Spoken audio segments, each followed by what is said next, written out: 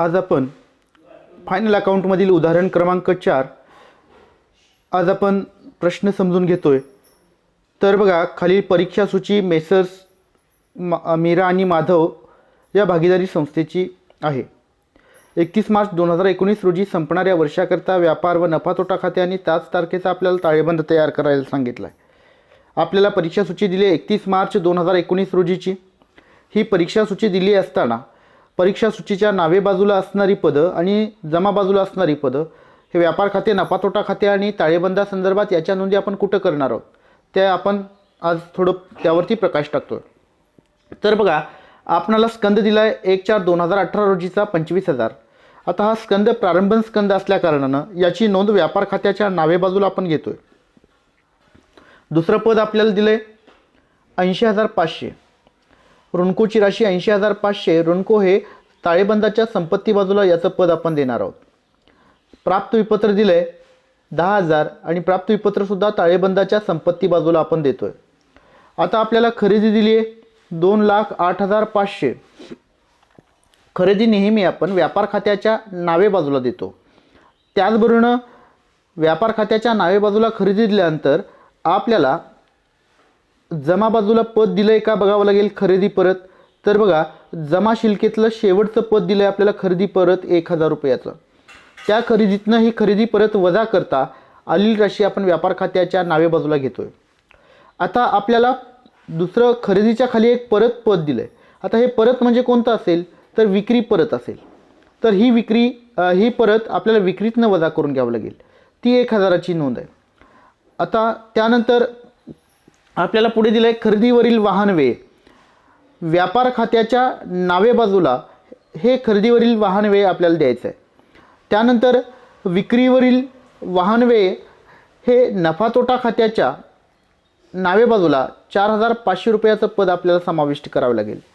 आता मोटार गाडी ही आपल्यासाठी संपत्ती आहे आणि त्यामुळे याची नोंद ताळेबंदाच्या संपत्ती बाजूला आपण करणार आहोत। त्यानंतर सामान्य खर्च हा अप्रत्यक्ष खर्च असल्या कारणानं नफा तोटा खात्याच्या नावे बाजूला तो घेतोय।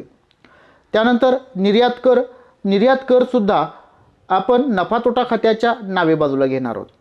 आता आपणाला इथे जाहिरात दिली, ती जाहिरात 1/10/2018 पासून 3 वर्षाकरिता दिलेली आहे। तर 3 वर्षाकरिता दिली असताना या वर्षामध्ये जाहिरातीसाठीचा किती कालावधी आहे तर तो 6 महिन्याचा कालावधी आहे। तर तो विचारात घेता आपल्याला नफा तोटा खात्याच्या नावे बाजूला फक्त या 6 महिन्याकरता जाहिरातीवरती झालेला खर्च त्याची नोंद आपल्याला घ्यावी लागेल आणि उर्वरित राशी ताळेबंदाच्या संपत्ती बाजूला पूर्वदत्त जाहिरातीच्या पदाखाली आपल्याला संपत्ती म्हणून दर्शवावी लागेल। त्यानंतर छपाई व लेखन सामग्री याची नोंद नफा तोटा खात्याच्या नावे बाजूला होईल। त्याचबरोबर आता आपले जे काही 2 भागीदार आहेत मीरा आणि माधव, या दोन्ही भागधारकांनी उचल केली आहे। आता या भागधारकांनी जी उचल केली आहे ही उचल कुठं दर्शवायची तर ही उचल भागीदाराचे जर भांडवल खाते आपण काढलं असेल तर त्या भांडवल खात्याच्या नावे बाजूला आपल्याला ती उचल दर्शवावी लागेल। डायरेक्ट जर आपण ताळेबंदामध्ये सोडवणार असू तर ताळेबंदामध्ये भांडवलामधनं ती वजा करून घेता येईल। अशा पद्धतीनं दोन्ही पद्धतीनं आपल्याला ती राशी दर्शवता येत असते। तर पट्टाधृत परिसर, आता ही संपत्ती आहे 1,10,000।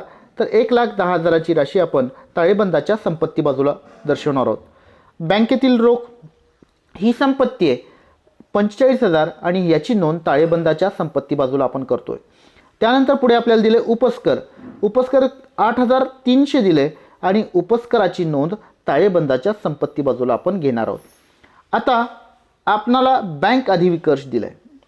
बँक अधिविकर्ष हे ताळेबंदाच्या देयता बाजूला 5,000ची नोंद आपल्याला करायची आहे। देयविपत्र ही सुद्धा देयता आहे 12,500 आणि ताळेबंदाच्या देयता बाजूला याचा परिणाम नोंदवायचा आहे। धनको दिलाय 68,000, याचाही परिणाम ताळेबंदाच्या देयता बाजूला घ्यायचा आहे। त्यानंतर विक्री दिली आहे 3,25,000। आता विक्रीची नोंद कुठे घेणार तर व्यापार खात्याच्या जमा बाजूला घेणार आहोत आणि आपल्याला परीक्षा सूचीमध्ये नावे बाजूला फक्त परत दिलं होतं तर त्याला आपण कोणतं परत म्हणतोय, विक्री परत। त्या विक्रीतनं ही विक्री परत वजा करता आलेली राशी व्यापार खात्याच्या जमा बाजूला आपल्याला नोंदवायची। त्यानंतर अदत्त भाडे हे ताळेबंदाच्या देयता बाजूला आपण 2,000ची नोंद करणार आहोत। त्यानंतर देणे बाकी मजुरी 1500 याचीही नोंद ताळेबंदाच्या आपण कुठल्या बाजूला, देयता बाजूला याची नोंद करणार आहोत. त्यानंतर पुढे आपल्याला दिले भांडवल दिले मीरा आणि माधवचं. जर आपण भागीदारांचं भांडवल खाते काढत असू तर याची नोंद भांडवल खात्याच्या जमा बाजूला देणार आहोत.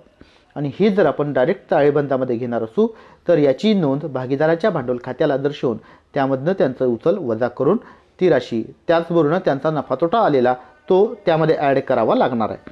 त्यानंतर खरेदी परत, आपण खरेदी परतची नोंद घेतली व्यापार खात्याच्या नावे बाजूला, त्या खरेदीतनं वजा करतोय. तर अशा पद्धतीनं आपल्याला परीक्षा सूचीमध्ये दिलेली जी काही पदं आहेत ती आज आपण समजून घेतलीत. आता याचबरोबर ज्या काही समायोजना दिल्या आहेत आपल्याला, त्या समायोजनांचा सुद्धा आधार घेत प्रत्येक समायोजनांचा परिणाम हा 2 ठिकाणी होतो.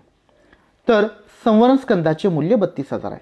तर याचा पहिला परिणाम कुठं होतो, तर व्यापार खात्याच्या जमा बाजूला पहिला परिणाम, आणि दुसरा परिणाम ताळेबंदाच्या संपत्ती बाजूला याचा परिणाम आपल्याला नोंदवायचा आहे 32,000चा. आता संशयित कर्ज निधीकरता 2,000ची तरतूद करा.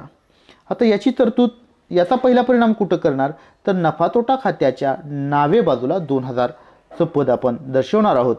आणि त्यानंतर याचा दुसरा परिणाम ताळेबंदाच्या संपत्तीतनं ऋणकोतनं ती वजा करून घेऊन ऋणकोची राशी दर्शवतो. त्यानंतर ऋणकोवर 3% दराने देयकसर निधी निर्माण करा. आता हे देयकसर निधी निर्माण कशी करायची, तर ऋणकोची राशी किती आहे आपणाला अगोदर पाहावी लागेल. ऋणकोची राशी आहे 80,500. 80,500 मधनं संशयित कर निधी 2,000 वजा केली, आली राशी 78,500. 78,500 वरती मग पुन्हा 3% आपल्याला राशी आकारावी लागेल. आणि याचा परिणाम नफा तोटा खात्याच्या नावे बाजूला आणि दुसरा परिणाम ताळेबंदाच्या संपत्ती बाजूला दर्शवून ती वजा करून आलेली राशी ही ताळेबंदाच्या संपत्ती बाजूला बाहेर दर्शवावी लागणार आहे. त्याचबरोबर 31 मार्च 2019 रोजी पटाधृत परिसरांचे मूल्यांकन ₹1,000 होते. आता आपण परीक्षा सूचीमध्ये मूल्य बघितल्यानंतर त्याचं मूल्य 1,10,000 दिसतं आणि इथं मूल्य कमी झालं आहे, म्हणजेच घसारा आकारला आहे असं आपण म्हणूयात, किंवा याची घट झाली असं म्हणूयात. आणि त्यामुळे याचा परिणाम नफा तोटा खात्याच्या नावे बाजूला 10 म्हणजेच कितीने कमी झाला आहे, तर ते पटाधृत संपत्ती 10,000ने कमी झाली आहे. आणि त्यामुळं नफा तोटा खात्याच्या नावे बाजूला 10,000 आपल्याला दर्शवावे लागेल. त्यानंतर आपल्याला म्हणलं छपाई व आदत्त छपाई व लेखन सामग्री 500. आपणाला परीक्षा सूचीमध्ये सुद्धा छपाई व लेखन सामग्री दिली 1,200. त्यामध्ये ही दिलेली जी काही आदत्ती आहे त्याचा परिणाम त्यामध्ये ॲड करून एकंदरीत छपाई व लेखन सामग्रीचा खर्च आपल्याला दर्शवावा लागेल. पण याचा दुसरा परिणाम कुठं घ्यायचा, नफा तोटा खात्याच्या नावे बाजूला पहिला परिणाम, तर दुसरा परिणाम ताळेबंदाच्या देयता बाजूला आपल्याला परिणाम नोंदवायचा आहे. अशा पद्धतीनं आपण व्यापार खाते, नफा तोटा खाते आणि ताळेबंदा संदर्भातल्या एंट्र्या आज इथं सोडवणार आहोत. तर निश्चितच मला कल्पना आहे की आता तुम्हाला हे उदाहरण समजलं आणि तुम्ही हे उदाहरण सोडवू शकणार आहात. तर सर्वांनी सोडवण्याचा प्रयत्न करायचा आहे आणि बघूयात आपण किती जणाला हा उदाहरण सोडवता येतो.